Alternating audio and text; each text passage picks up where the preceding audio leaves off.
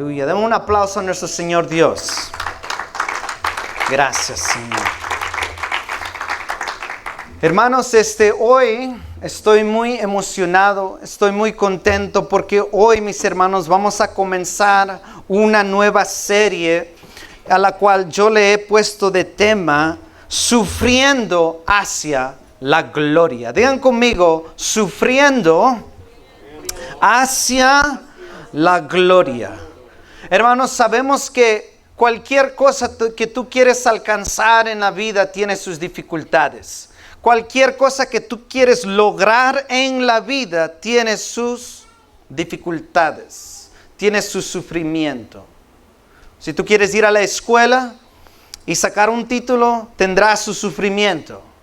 Si tú quieres mejorar tu físico, tendrá un sufrimiento de dolor y desgaste. Si tú quieres llegar a la gloria con nuestro Padre Celestial, déjame decirte que tendrá su sufrimiento. Mis hermanos, tú y yo caminamos en este mundo y entre más nos acercamos al Señor, nos vamos acercando a la gloria, pero déjame decirte que ese camino, ese rumbo, esa jornada tendrá sus obstáculos, tendrá sus dificultades, tendrá sus momentos bonitos, agradables, contentos, en donde tú vas a llorar de gozo, en donde saltarás de alegría. Levantarás tus manos celebrando y gozando de la presencia del Señor. Pero habrán momentos en donde tú estarás de rodillas llorando. Habrán momentos, mis hermanos, en donde quizás estarás en un hospital agonizando. Pero en todo eso, alabado sea el nombre de nuestro Señor Dios, porque aún en esos momentos puedes glorificar al Rey de Reyes y Señor de Señores.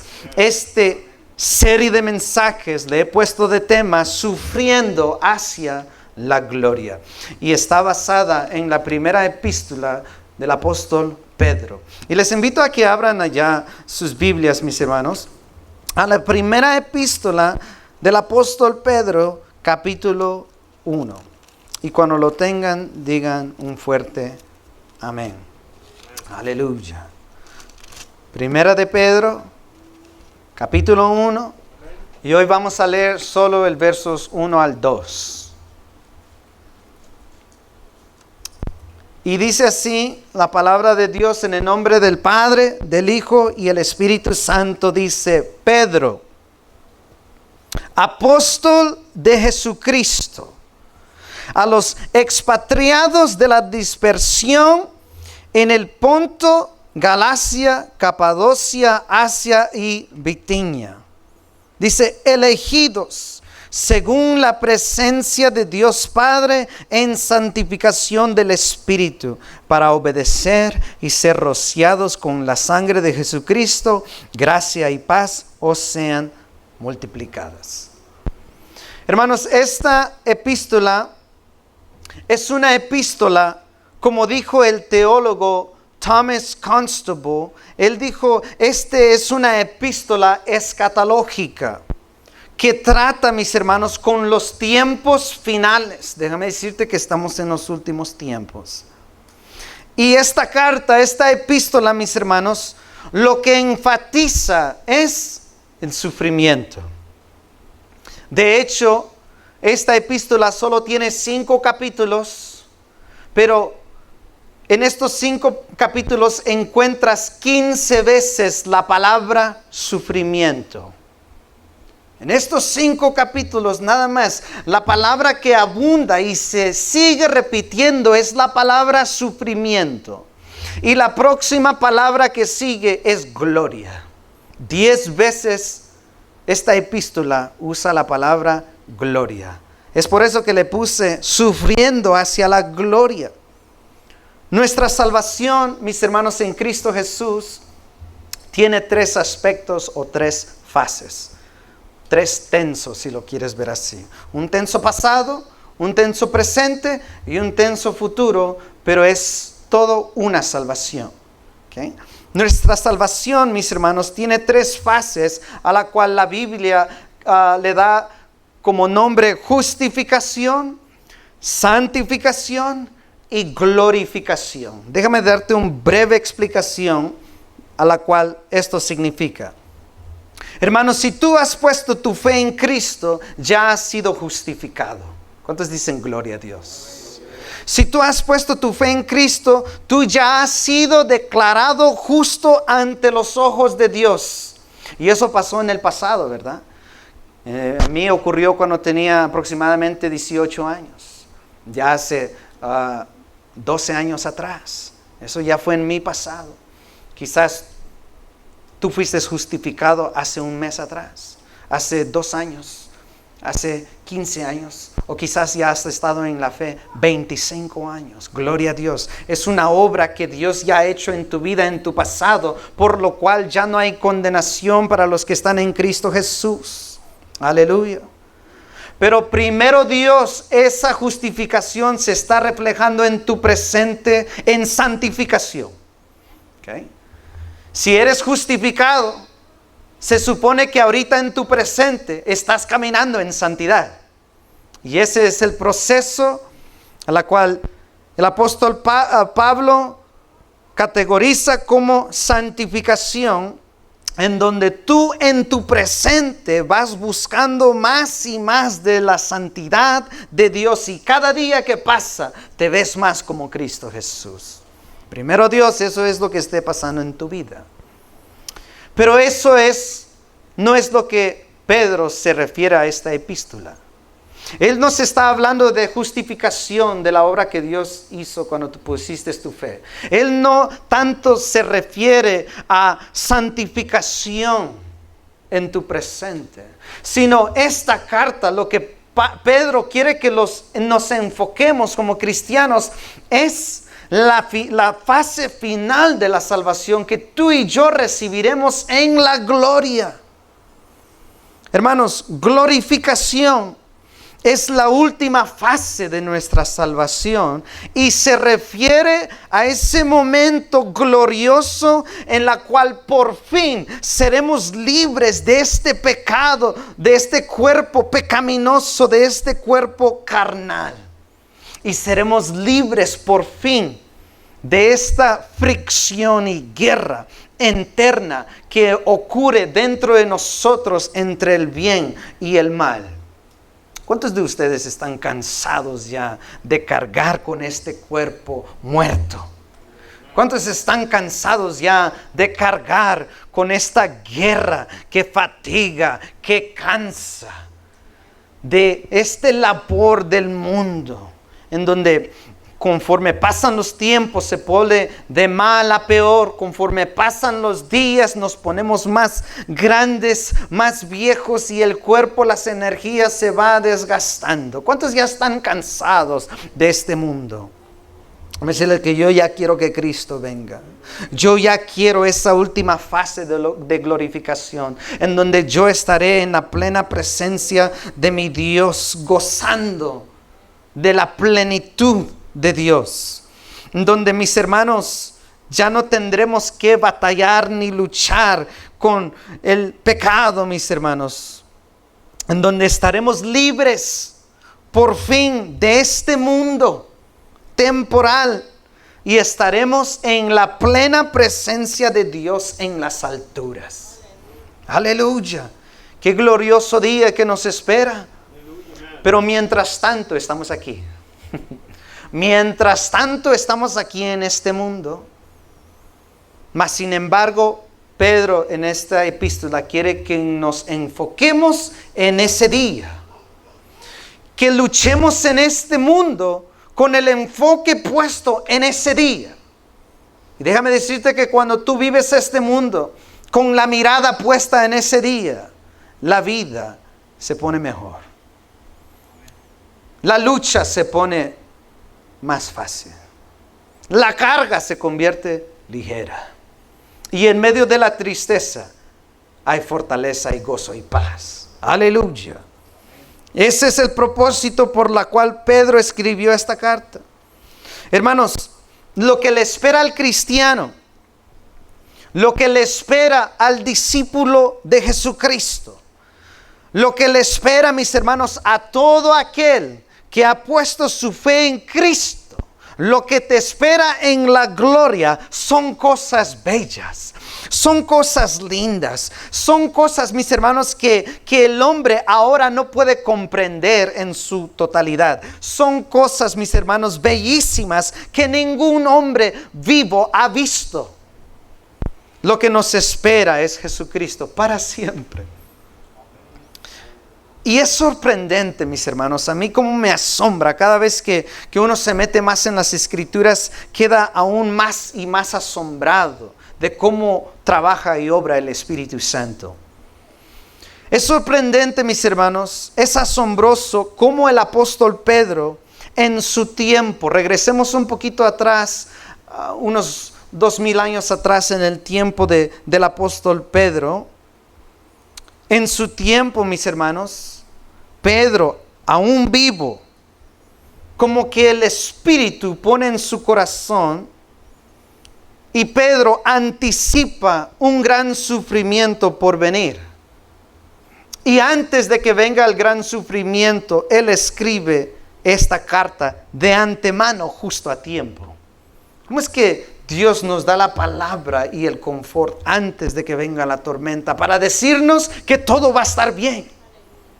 Para decirnos que vamos a sufrir, pero todo va a estar bien. Aleluya. Esta epístola de Primera de Pedro, mis hermanos, fue escrita aproximadamente en el año 63 después de Cristo. En el año 63. Justo solo un año, mis hermanos, después del año 64, cuando el emperador romano Nerón empieza a perseguir y a matar a muchos cristianos. Noten esto, en el año 64 el emperador Nerón empieza a perseguir y a matar a muchos cristianos. Y justamente en el año anterior Pedro escribe este libro animando al pueblo de Dios de que va a sufrir, pero tenemos esperanza en el Señor Dios. Pedro, mis hermanos, le da a los creyentes a través de estos 5 capítulos, les da una esperanza real. No como una esperanza que todo de que esto va a ser cuando tú sabes que no va a ser así. No. Estas palabras son una esperanza real y una esperanza gloriosa. Estos 5 capítulos nos dan esa esperanza para poder enfrentar las situaciones y aflicciones de la vida que pronto vendrán y poder salir de ahí refinados como el fuego, sin tirar la toalla, aún y a través de pasar ese fuego y ese sufrimiento, estar más firmes que nunca. Según los historiadores, Nerón, mis hermanos, se hace cargo del imperio romano en el año 54. En el año 54 es cuando Nerón llega al poder del imperio romano y él tenía aproximadamente 16 años cuando tomó este reinado. Y su reinado dura por 14 años. Desde el año 54 hasta el año 70 aproximadamente. Los primeros años del gobierno de Nerón, del emperador Nerón, fueron marcados por un mejoramiento de la vida cultural romana. Es decir, que al principio él estaba tranquilo. Dicen que gracias a sus asesores que él tenía debajo de él, Nerón mantuvo un gobierno estable durante sus primeros años. Se dice que Nerón le encantaban las artes y que era un buen cantante y músico. Hasta incluso dicen que el emperador Nerón, mis hermanos, disfrutó, le encantaban las competiciones olímpicas que se encontraban en Grecia. E incluso participó y ganó una carrera de carros en los Juegos Olímpicos. Sin embargo, el legado de Nerón no fue agradable, como vamos a ver. Aunque el régimen de Nerón comenzó con suavidad y tranquilidad, su reinado terminó en crueldad y tiranía. Porque el emperador Nerón comenzó a asesinar a cualquiera que se convirtiera en un obstáculo para él. Los empezó a asesinar. Nerón llegó al punto de asesinar a su propia madre, porque pensó que su madre le quería quitar el reino. Él era un hombre con mucha ansiedad, mucha inseguridad. De hecho, piensan que tenía problemas mentales. Nerón llegó a asesinar a su propia esposa y también mató y asesinó a su hermanastro.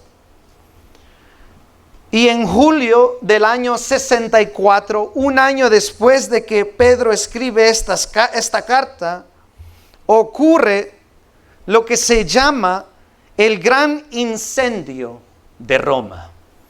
En el año 64, bajo el imperio de Nerón, es cuando ocurre lo que los historiadores llaman como el gran incendio de Roma. Y este incendio dura 6 días sin parar. 6 días. Y de los 14 distritos de Roma, al este fuego cesar, quedaron solamente 3 distritos. Este fuego impactó grandemente al imperio romano. Y Nerón le echa la culpa a este gran incendio, le echa la culpa a los cristianos. Nerón se convence a sí mismo que los cristianos causaron este gran incendio, a muchos de los cuales él torturó y mató. El historiador Tácito dijo que Nerón, noten la perversidad y la crueldad del emperador Nerón, dice que él cubría a los cristianos que había agarrado, los cubría con telas, los cubría con pieles de animal y luego los tiraba hacia animales salvajes para que consumieran y devoraran a estos cristianos. Él puso a muerte a muchos cristianos, a muerte por cruz. Y no solo eso, sino que él le gustaba tener fiestas en su jardín en la noche. Y para alumbrar su jardín en la noche, él quemaba vivos a cristianos para alumbrar sus fiestas y sus jardines. Muchos cristianos, mis hermanos, empezaron a morir a manos del emperador Nerón. De hecho, el apóstol Pedro y el apóstol Pablo murieron bajo el régimen de Nerón. Sin embargo, Pedro escribe esta carta para darnos fortaleza, para darle a esos cristianos que iban a sufrir esa esperanza en medio del sufrimiento. El apóstol Pedro, hermanos, nos dio esta carta para animarnos a todos nosotros los creyentes en cualquier tiempo o en cualquier época. Que a pesar de lo que esté pasando, podemos vivir para Cristo. A pesar de lo que esté pasando y el sufrimiento que estemos sintiendo, tú y yo como cristianos podemos seguir a Jesucristo. Aún podemos reflejar a Jesucristo y podemos también sufrir para Cristo, si eso es lo que el momento y los tiempos demandan y requieren de nosotros. Esta carta, mis hermanos, nos anima a caminar hacia Jesucristo, el camino, la verdad y la vida, pues no hay otro camino. El apóstol Pedro nos recuerda a través de estos 5 capítulos que al final del túnel oscuro sí hay luz que nos espera. Nos recuerda que lo que nos espera al final del día no es sufrimiento, sino gloria. Nos recuerda que lo que nos espera, mis hermanos, más allá del sol, es una vida gloriosa, en paz, en donde ya no hay más llanto, ya no hay más tristeza, y estaremos seguros por fin en la presencia de nuestro Señor Dios Jesucristo. Déjame decirte que Dios quiere, mis hermanos, que tú y yo, como cristianos, aguantemos la batalla y la lucha. Que perseveremos aun cuando todo se está perdiendo. Que tú puedas perseverar y permanecer firmes en medio de las persecuciones, en medio de las pruebas, en medio de las tribulaciones. Que tú y yo podamos venir en estos tiempos y permanecer firmes en Cristo Jesús. Pero la pregunta es ¿cómo? ¿Cómo podré yo? ¿Cómo podremos nosotros, tú y yo como cristianos, cómo tú y yo, mis hermanos, podemos vivir y permanecer en un mundo la cual vivimos? ¿Cómo podemos tú y yo, mis hermanos, vivir y aún obedecer a Dios en estos tiempos? ¿Cómo tú y yo como cristianos podemos vivir y seguir en la fe en medio de un mundo caído, en medio de un mundo caótico, en medio de un mundo pecaminoso y sufriente? ¿Cómo podemos tú y yo aún permanecer y resistir en la fe? ¿Cómo? Punto número 1, mis hermanos, para tú poder permanecer y sufrir bien y no tirar la toalla, tenemos que recordar, mis hermanos, como cristianos, tenemos que recordar que tú y yo simplemente somos extranjeros en este mundo. Somos extranjeros. Miren lo que dice el verso 1. Primera de Pedro, capítulo 1, verso 1. Pedro, apóstol de Jesucristo, ¿qué dice allí? A los expatriados. A los expatriados. Hermanos, el apóstol Pedro llama y describe a los cristianos como expatriados. Los describe como extranjeros. La palabra griega de expatriados es paripidimos.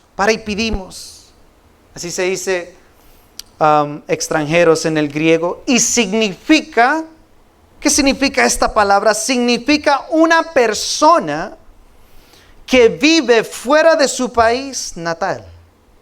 Una persona que vive fuera de su país natal. Una persona de otro país.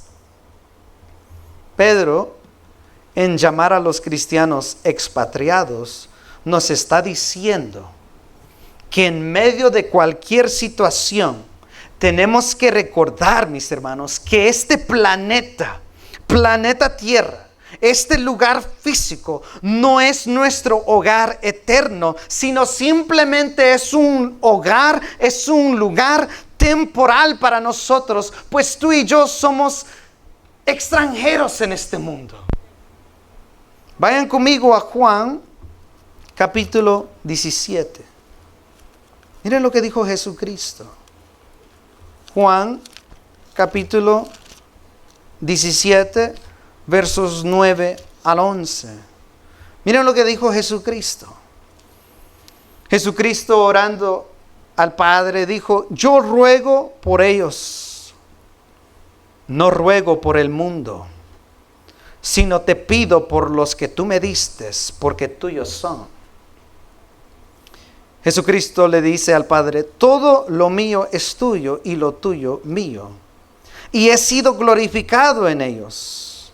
Y miren lo que Jesucristo dice en el verso 11: y ya no estoy en el mundo. Jesucristo dijo: no estoy en el mundo, mas estos están en el mundo, y yo voy a ti, Padre Santo, a los que me has dado, Él dijo, guárdalos en tu nombre para que sean uno así como nosotros. Ahora miren lo que dice el verso 13. Jesucristo le dice al Padre, pero ahora voy a ti y hablo esto en el mundo para que tengan mi gozo cumplido en sí mismos. Yo les he dado tu palabra y el mundo los aborreció. ¿Por qué? Porque no son del ¿qué? Del mundo, como tampoco yo soy del mundo. No ruego que los quites del mundo, sino que los guardes del mal. Otra vez, verso 16 dice, no son del mundo, como tampoco yo soy del mundo. Mis hermanos, tú y yo no pertenecemos a este mundo, aunque vivimos brevemente aquí. Tú y yo pertenecemos ahora a las alturas. Nuestra destinación no es esta tierra. Nuestra destinación es gloria con Dios. Miren lo que dice Hebreos 11. Vayan conmigo a Hebreos 11. Aleluya. Gloria a Dios. Miren lo que dice Hebreos 11, versos 13 al 14. Dice, conforme a la ¿qué? A la fe. Murieron todos estos sin haber recibido lo prometido, sino mirándolo ¿de qué? De lejos y creyéndolo y saludándolo y confesando que eran ¿qué? Extranjeros y peregrinos sobre la tierra. Porque los que esto dicen claramente dan a entender que buscan una ¿qué? Patria. Y miren lo que dice el verso 16. Estos hombres de fe, estas mujeres de fe, anhelaban una patria que dice mejor. Esto es que celestial, por lo cual Dios no se avergüenza de llamarse Dios de ellos, porque les ha preparado una ciudad. Hermanos, toda persona de fe en Cristo deben de vivir como vivieron estos hombres y mujeres de la fe, puestos la mirada no en esta tierra, sino en una patria, en un país celestial. Ellos vivieron con la mirada puesta en un país celestial. Ellos no estaban mirando, mis hermanos, Abraham, Enoc, Noé, Sara, Moisés, estos personajes, Isaac. Ellos no estaban viviendo para lo temporal y lo físico. Mis hermanos, ellos no estaban viviendo para el aquí y ahora, sino el pasaje nos dice que ellos estaban creyendo en lo eterno. De hecho dice, los saludaban, porque para allá iban. Tú y yo como cristianos tenemos que recordarnos en medio de nuestro sufrimiento que algún día va a acabar. Porque lo que nos espera es un país, una ciudad que Dios ha preparado para ti y para mí. Y para allá vamos. Así que salúdalo y di, algún día llegaré allá. Algún día estaré allá. Y mientras que andamos en este mundo, tenemos que confesar y recordarnos diariamente que tú y yo somos extranjeros y peregrinos sobre esta tierra y que estamos anhelando una mejor patria, anhelando un país celestial. Hermanos, cuando tú llegas a entender, déjame decirte, cuando tú en verdad llegas a entender que todo esto lo físico no es el fin, sino que por la fe en Jesucristo, lo que ahora nos espera es una mejor patria, por lo cual nos podemos gozar en gran manera. Y venga lo que venga, lo podemos enfrentar, mis hermanos, sabiendo que pase lo que pase, por la fe en Jesucristo, tenemos ya la victoria. Estos hombres vivieron sin verlo en sus vidas físicas, pero ahora ya están allá. tú y yo tenemos que permanecer en la fe, como hicieron estos personajes, poniendo la mirada hacia el frente.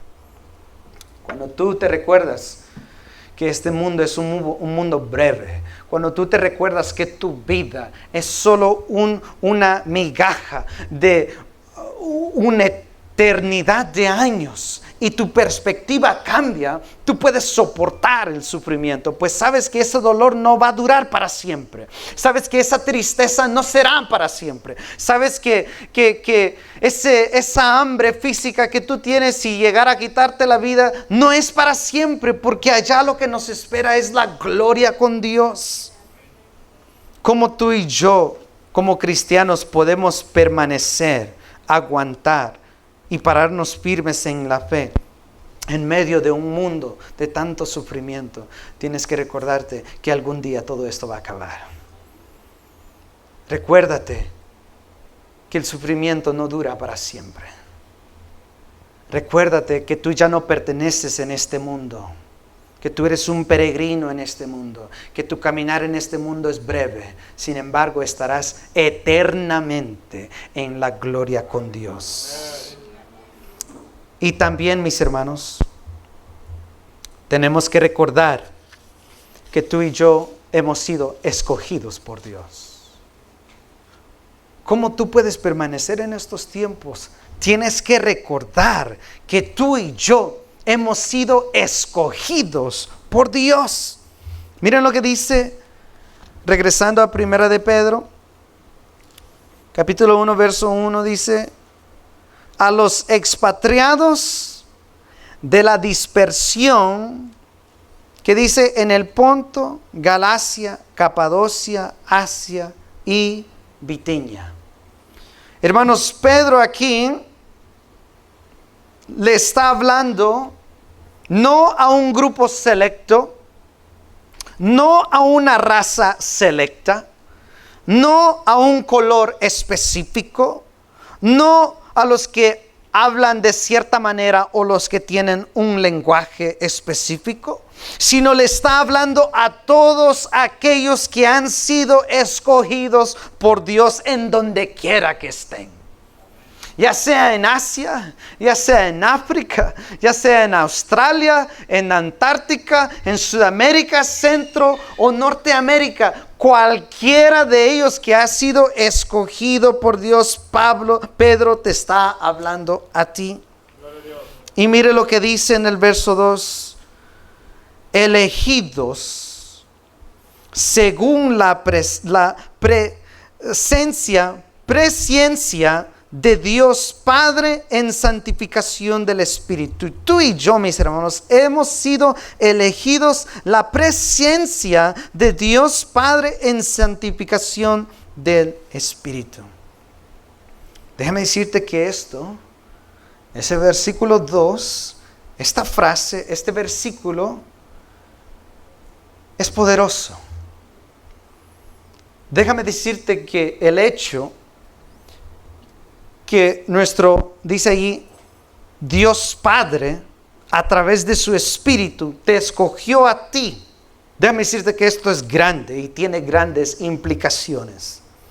El hecho que Dios el Padre te escogió a ti, mis hermanos, esto es grande, esto es glorioso y esto es maravilloso, porque significa que Él nunca te desechará. Si Él te escogió a ti, significa que Él nunca te desechará. Significa que en aquel día tú vas a resucitar. Significa que pase lo que pase, tú y yo estaremos seguros en las manos de Dios, el Todopoderoso. Y nada nos puede separar de ese gran amor, que implica que tú y yo estamos en victoria. Sin importar, mis hermanos, qué aflicción pueda venir, sin importar, mis hermanos, qué dolor pueda venir, sin importar qué es lo que podamos tú y yo perder, ya sea familiar o material, tú y yo estamos en victoria. Vayan conmigo a Juan, capítulo 6. Juan, capítulo 6. Miren lo que dice Juan capítulo 6, verso 37. Miren cómo Dios nos escogió. Juan 6, 37 dice, Jesucristo dijo, todo lo que el Padre me da, dice que vendrá a mí. Entonces dicen, gloria a Dios. Es una certeza. Todo lo que el Padre me dio, vendrá a mí. No dice tal vez. O en el camino se puede perder. O se me perdió o se me olvidó. Vendrá a mí. Y al que a mí viene, no le echo, ¿qué? Fuera. Miren lo que dice el verso 40.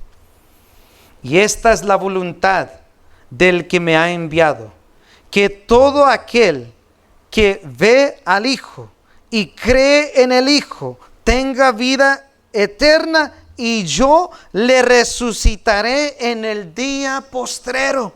Esa es una aseguranza. El que cree en mí, dijo, en el día lo resucitaré. Gloria a Dios.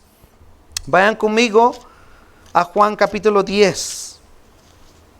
Veamos más de estas verdades a la cual deberían de estar animándote en el Señor y decir, wow, o sea, si aquí me muero, todo va a estar bien. Si aquí lo pierdo todo, como quiera, todo está bien. Si aquí me matan, todo va a estar bien. Si aquí me quitan todo, todo va a estar bien, como quiera.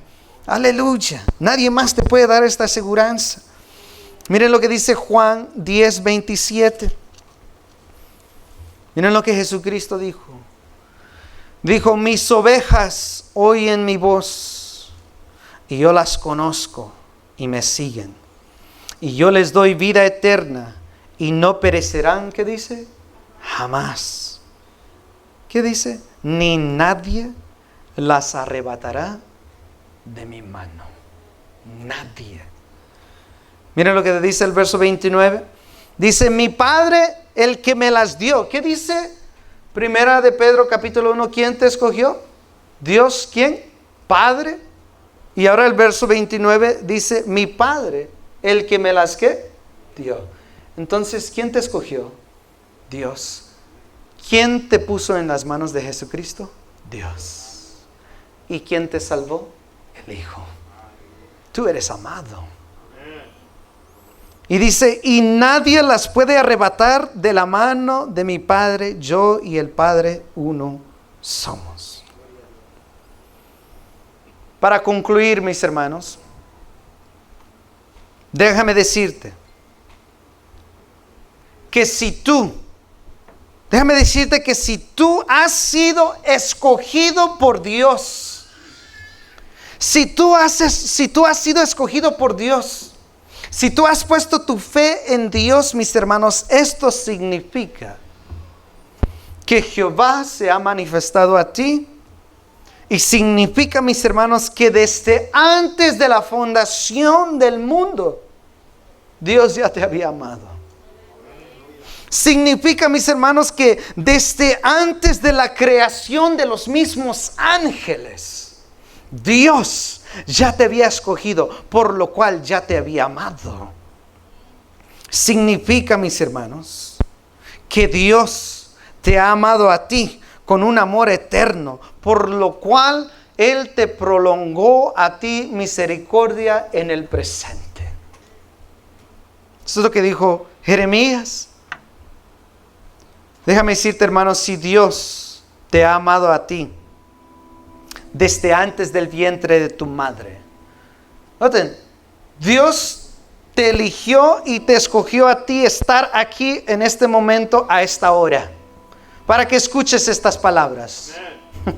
No creas que estás aquí por coincidencia. Esta es una cita divina preparado por Dios desde antes de que el mundo y los ángeles existieran.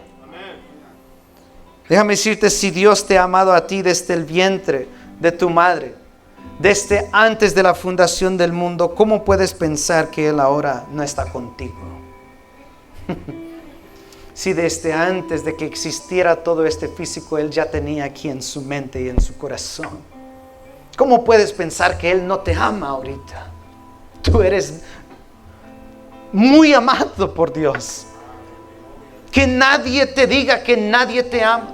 La palabra de Dios dice, aunque padre y madre me abandonen, te abandonen, Dios dice, yo nunca te voy a abandonar. Aunque tus amistades te dejen, Dios nunca te abandona y Él está contigo. Si Dios te ha amado y te escogió desde aquellos tiempos, ¿cómo vas a pensar que Él te va a abandonar a ti ahora? Es por eso que Pedro pudo tomar su cruz y sufrir brevemente, porque sabía que ese dolor pronto acabaría y en unos segundos iba a estar en la gloria. Es por eso que estos cristianos que fueron puestos a muertes y encendidos en la noche, es por eso que ellos no negaron la fe. Es por eso que ellos no abandonaron la fe en momentos difíciles, porque sabían que si vivían o morían, lo que les esperaba era la gloria. Y mientras ellos estaban ahí amarrados, siendo quemados vivos, mientras la piel se descomponía y se quemaba, mientras ellos agonizaban, sin embargo, el Espíritu se estaba haciendo más vivo que nunca. Sin embargo, su espíritu estaba alzando más y más a la presencia y la plenitud de Dios Todopoderoso.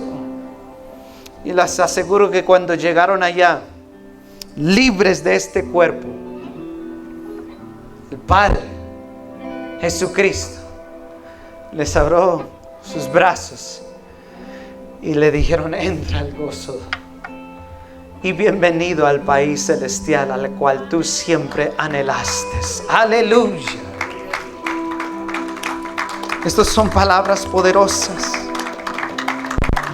Hermanos, es en base a todo esto que tú y yo podemos seguir creyendo. Sigue creyendo. No abandones la fe. Es en base a todo esto que tú y yo podemos seguir en fe, aunque todo se ve mal, aunque las noticias nos digan que tantas personas están muriendo. Si te toca a ti, alabado sea el nombre del Señor. Si no te toca a ti, alabado sea el nombre del Señor. Pero podemos seguir en la fe. Es en base a todo esto que en medio de un momento y tiempos caóticos, pecaminosos, difíciles, es en medio de todo esto que tú y yo podemos. Miren lo que Pedro dice en primera de Pedro capítulo 1 verso 2. Dice, elegidos según la presencia de Dios Padre en santificación del Espíritu. ¿Para qué? Para obedecer. Para obedecer. Es así como en medio de estos tiempos tú y yo podemos seguir obedeciendo a Dios, obedeciendo sus mandamientos. Así que, mis hermanos, levántate y sacúdete. Levántate y sacúdete y sigue caminando en obediencia y recobra ánimo y fe, porque la batalla sigue. Satanás pensó que ya te tenía derrotado. Satanás pensó que ya ibas a abandonar la fe, pero la palabra ha llegado a tiempo. Así que recobra ánimo y sigue en la batalla, porque aún estamos en la lucha. La carrera sigue, el viaje continúa. Si has perdido a un ser querido, déjame decirte que ellos están seguros. Mas tú ahorita tienes que seguir peleando. Tú ahorita tienes que seguir luchando. Tu ser querido está en la gloriosa presencia, mas tú, eso es lo que te espera. Sigue luchando, sigue peleando. Lo perdiste todo en estos tiempos. Recobra ánimo, pues Dios es nuestro proveedor. Y dijo que el salmista dijo, nunca he visto un justo sin nada. pidiendo por pan. Dios provee. Dios puede traer a pájaros a traerte alimento. Decirte que provisión viene. No tires la toalla. ¿Cómo podemos vivir en medio de estos mundos y estos tiempos sufrientes? 1, recuerda que eres extranjero y que tus mejores días no están aquí, sino están allá. Y 2, recuerda que tú eres un escogido por Dios. Y si eres escogido, tienes vida eterna. Si eres escogido, nunca serás echado fuera. Si eres escogido, resucitarás en aquel día.